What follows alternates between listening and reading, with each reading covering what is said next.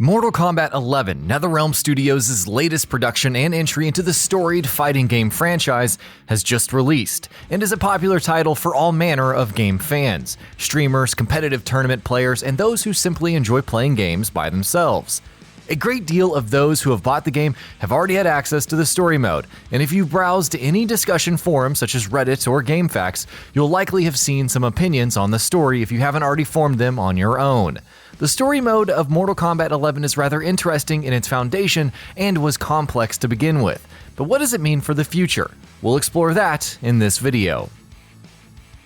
The foundation of Mortal Kombat 11's story is in time travel. Chronica officiates the Mortal Kombat tournaments and is the main antagonist. Chronica acts to realize a particular timeline that is in accordance with what she desires. She moves in response to Raiden, whose actions during the events of Mortal Kombat 2011 and Mortal Kombat 10 are seen as tampering with the sort of timeline perfection that she is pursuing, one that is more focused on the balance of good and evil as she sees it, rather than the pursuit or enabling of justice. To say nothing of the slaying of Shinnok, the main villain of Mortal Kombat 10, as Shinnok is her son, and while defeated by Johnny Cage and Cassie Cage on separate occasions in 10's story mode, it is Raiden who personally beheads him at the conclusion of Mortal Kombat 10. And so what Chronica decides to do is create a new timeline altogether by merging the past and the present, and in doing so she takes the past selves of several characters and brings them to the present. The characters brought forth from the past include Sonya Blade, Johnny Cage, Liu Kang, Scorpion, Kitana, Kung Lao, Jax, Jade, Scarlet, Aaron Black, Baraka, Kano, Shao Kahn, and Raiden. Chronica has also been seeking alliances with characters in a bid to undo Raiden's actions, including securing the help of Frost, the former disciple of Sub-Zero, who has been turned into a cyborg and become more perfected with Chronica's help. Of the more villainous characters past and present, Chronica also seeks their aid to combat Raiden and the heroes. Those she aligns with include Shao Kahn, D'Vorah, Kano, Shao Kahn's formerly imprisoned associate Collector, another associate of Shao Kahn's in Scarlet, Cabal, and the revenant versions of both Liu Kang and Kitana, who came to rule Netherrealm after Shinnok's death, amongst the existing other revenants of characters such as Jade and Kung Lao. Noob Saibot, who was killed during the events of Mortal Kombat 11, is also shown to be assisting Chronica in the game. Chronica's merging of the past also undoes Sub-Zero's shutting down of the Cyber Initiative, and thereby restores or brings back Cyrax and Sector, both of whom perished in Sub-Zero's mission to purge the Lin Kuei of Sector and the evils of the Cyber Initiative. During the story mode, Cyrax is liberated from his obedience protocols by Sub-Zero, but once again sacrifices himself to disable the Cyber Lin Kuei factory. He later asks Sub-Zero in the story mode to restore him back to his humanity though, while Sector maintains his allegiance to Chronica before a self-destruct protocol is activated. It is suggested by the game that Chronica bring forth all of these characters from a point in time in Mortal Kombat 2011, right after Kung Lao has defeated Kintaro and the team of Shang Tsung and Quan Chi.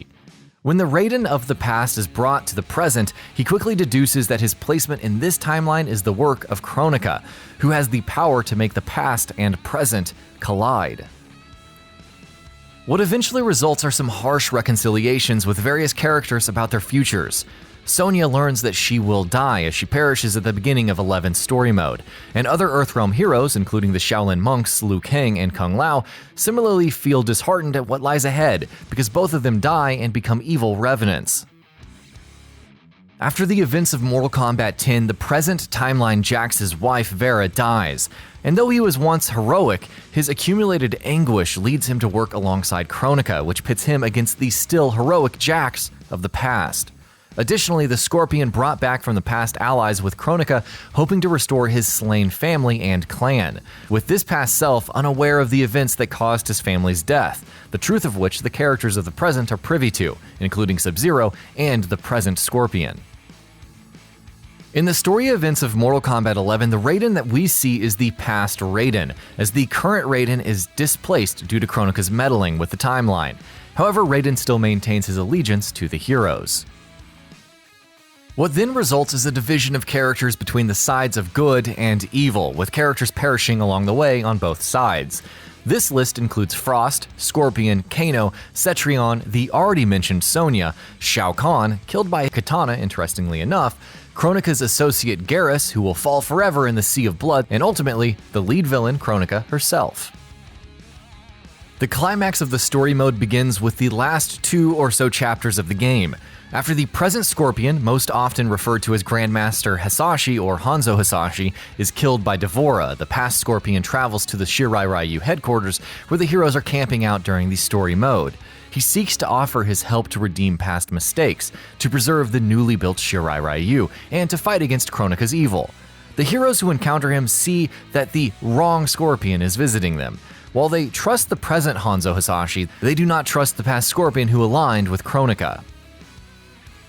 But this Scorpion had a change of heart after listening to the present Scorpion's dying words. Liu Kang of the past takes pause during the 2 battles and eventually comes to decide that the heroes should listen to this Scorpion. Raiden balks at this, and his anger accumulates to such a degree that he decides to use the Amulet of Shinnok, an item which corrupts the user against Scorpion, and his lightning turns red, while demanding obedience in order to save Earthrealm. Liu Kang decides the Revenants were right not to trust Raiden, and that the Earthrealm's preservation is worth Raiden's death.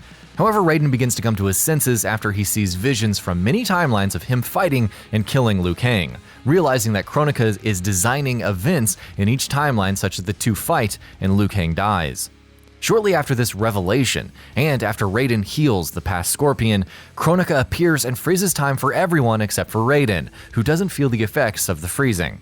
Chronica, assured villain that she is, affirms that the combined power of Raiden and Liu Kang does indeed threaten her plans. The next major event is an assault on Chronica's fortress, with the heroes including past Scorpion, Sub-Zero, Cassie, Jackie, past Jax, past Katana, Raiden, past Kung Lao, past Jade, past Baraka, and Shiva, who have been convinced to align with the heroes. The past Liu Kang is captured by Chronica, and the Revenant Liu Kang absorbs his soul so as to become even more powerful and to prevent Raiden and Liu Kang from combining their power. As the heroes continue to advance against Chronica's defenses, protecting her from the invasion of her fortress, the Revenant Liu Kang intercepts them and fights against Raiden, still full of his hatred for him. Raiden defeats this powered-up Revenant Liu Kang and decides to save Liu Kang by combining himself with him and transforming the current timeline Revenant Liu Kang into Fire Liu Kang. This Liu Kang is a hero, and he assists the heroes in moving forward to Chronica's lair. Meanwhile, the present Jax also comes to his senses and joins the heroes again. The end of the game sees Liu Kang make his way to Chronica's lair along with past Katana and past Kung Lao, but Chronica turns back the procession of time and effectively undoes the assault upon her stronghold by the heroes. We actually see past Kung Lao and past Katana advance backwards, having their march to Chronica's lair undone. However, this has no effect on Liu Kang himself, which surprises Chronica. This leads to the final fight of the game, which Liu Kang wins as he uses his power to calcify Chronica, killing her. He then speaks to a nearby Raiden, who tells Liu Kang that the sands of time should be his to shape and that he trusts Liu Kang with this task, but that he will need a partner. One of the endings sees Liu Kang and Katana shaping the timelines together. It's not immediately clear what will happen next in order to create a sense of time stability in storytelling. We may not see any of the new characters introduced in Mortal Kombat 11 again, except for maybe Collector, depending on how popular he is with fans. While Collector is introduced in this game, he is an associate of Shao Kahn, and his background is free from the complications of time travel introduced here. Some important characters have died in this game, including Hanzo Hasashi and present Sonya, and long-term, it's impossible to see a franchise in which these characters don't exist. The writers can devise ways of restoring these characters as they so choose, with Sonya's revival perhaps less certain as it diminishes the dramatic effect of her loss to Cassie and Johnny.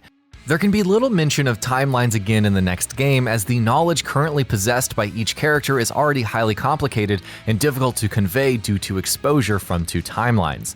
There must be one singular villain, and it will not be likely that Liu Kang and Katana will become corrupted in their regulation of time. Onaga, the Dragon King, villain of Mortal Kombat Deception, is referenced more than once in this game, so it is possible that he may appear in the next Mortal Kombat title. However, it must also be stated that Netherrealm Studios plans to support 11 for years to come with new content and of course with DLC characters to be added to the roster. The next game's story should probably have to incorporate the introduction or revival of at least some of these DLC characters, if at least explaining how they are to be seen again.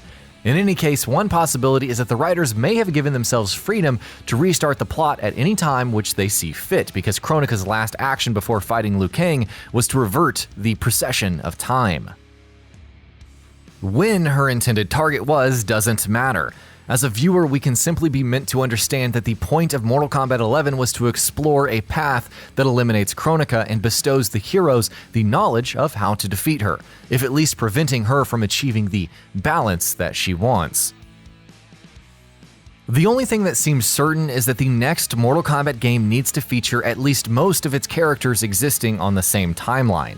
I should think that Chronica will remain dead, and the plot will start with this fact of history intact, though when it will start may be anybody's guess.